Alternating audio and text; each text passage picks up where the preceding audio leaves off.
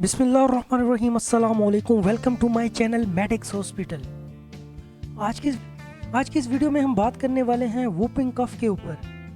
आज की इस वीडियो में हम बात करेंगे कि वूपिंग कफ क्या होती है, इसके काजेज़ क्या हो सकते हैं, साइन एंड सिम्टम्स कौन से ज़ाहिर हो सकते हैं, इन्वेस्टिगेशन में कौन से लेबॉरेटरी टेस्ट परफॉर्म करवा सकते हैं, ट्रीटमेंट प्लान में किन मेडिसिन के इस्तेमाल से इनके साइन एंड सिम्टम्स और काज को ख़त्म कर सकते हैं। अगर आप हमारे चैनल पर नए हैं तो आपसे गुजारिश है कि इस चैनल को सब्सक्राइब करें, क्योंकि इस चैनल के ऊपर डिजीज़ और मेडिसिन को डिटेल के साथ स्टडी किया जाता है। तो चलिए आज की वीडियो को हम स्टार्ट करते हैं। What is whooping cough. आज की इस वीडियो में मैं आपको वूपिंग कफ आम और सादा लैंग्वेज में समझाने की कोशिश करूंगा और आपको बताऊंगा कि वूपिंग कफ और कफ में क्या डिफरेंस होता है। देखें जी कि वूपिंग कफ को ना परटोसिस भी कहा जाता है और टोसिस बेसिकली खांसी को कहा जाता है। ये एक रेस्पिरेटरी ट्रैक का इन्फेक्शन है। जब एयरवे ना इन्फेक्टेड हो जाता है और नैरो हो जाएगा तो जो हम कफ करेंगे, हम खांसेंगे, तो उसकी ना पिच जो होगी ना वो हाई होगी। मतलब कि जो आम खांसी होती है ना उससे और इसकी आवाज़ में ना काफ़ी डिफरेंस होगा, इसकी पिच काफ़ी हाई होगी, इसलिए इसको वूपिंग कफ कहा जाता है। ये रेस्पिरेटरी ट्रैक का एक इन्फेक्शन है जिसमें जो एयरवे है ना वो नैरो होता है, इन्फेक्टेड हो जाता है। अगर आपको मैं एक डिटेल में समझाने की कोशिश करूँ तो वूपिंग कफ जो है ना उसकी पिच हाई होती है दूसरी कफ से। आप इस इमेज को देखें, ये है लंग्स का इमेज। ये ट्रेकिया डिवाइड हो जाता है ट्रेक्यूल्स में, ट्रेक्यूल सब डिवाइड होगा ट्रेकियल ट्री में, फिर उसके अलावा एल्विलाई में। अब ये देखें कि ये मेन एयरवे है जिससे हम सांस लेते हैं। जब ये एयरवे इन्फेक्टेड हो जाता है तो ना इसका जो एयरवे है ना ये नैरो हो जाएगा इन्फेक्शन की वजह से।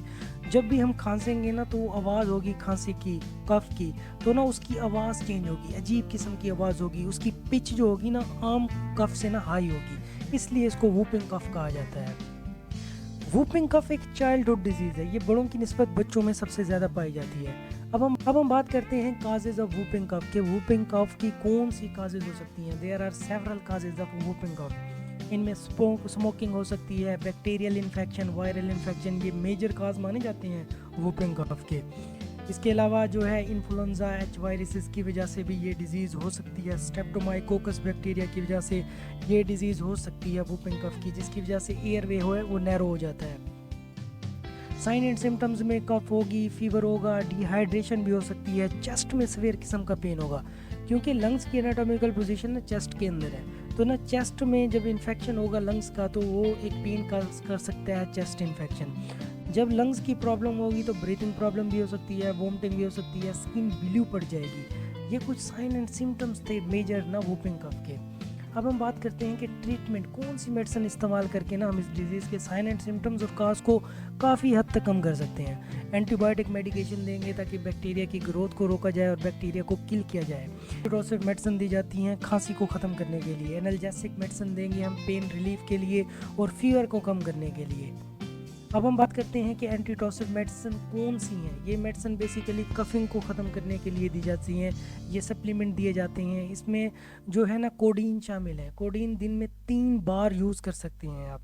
ये सिरप है, कफ सिरप है, इसके अलावा टोसिव सिरप है, ये भी आप दिन में 3 बार यूज़ कर सकते हैं कफ को ख़त्म करने के लिए। इसके अलावा टोकोलिन भी शामिल है, ये भी आप यूज़ कर सकते हैं दिन में 3 मरतबा खांसी को ख़त्म करने के लिए। ये उसके कुछ ब्रांड नेम हैं, इनके इस्तेमाल से भी आप इसके साइन एंड सिम्टम्स और काज को काफ़ी हद तक ख़त्म कर सकते हैं।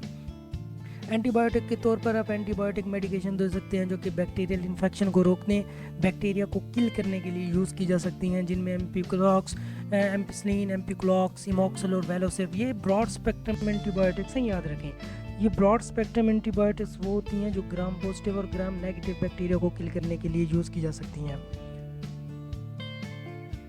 एनाल्जेसिक मेडिकेशन और एंटीपायरेटिक, एनाल्जेसिक पेन रिलीफ के लिए और एंटीपायरेटिक फीवर को कम करने के लिए यूज़ की जा सकती हैं। ये इनका कम्बिनेशन दिया जाता है बेसिकली। इनमें आप पैरासीटामोल यूज़ कर सकते हैं, कालपोल यूज़ कर सकते हैं, पेनाडोल यूज़ कर सकते हैं जो कि टैबलेट फॉर्म में भी है और इसके अलावा सिरप फॉर्म में भी है। इसके अलावा आप मेडिप्रीन और मीटामिजोल भी यूज़ कर सकते हैं फीवर और पेन को कम करने के लिए।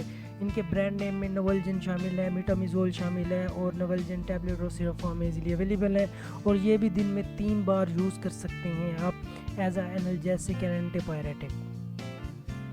बेस्ट ट्रीटमेंट ऑप्शन में मेडिसिन कॉम्बिनेशन बताया जाता है। सिरप में आप कोडीन से और टोसेविन 2 सिरप में से कोई एक सिरप आप यूज़ कर सकते हैं दिन में 3 मरतबा।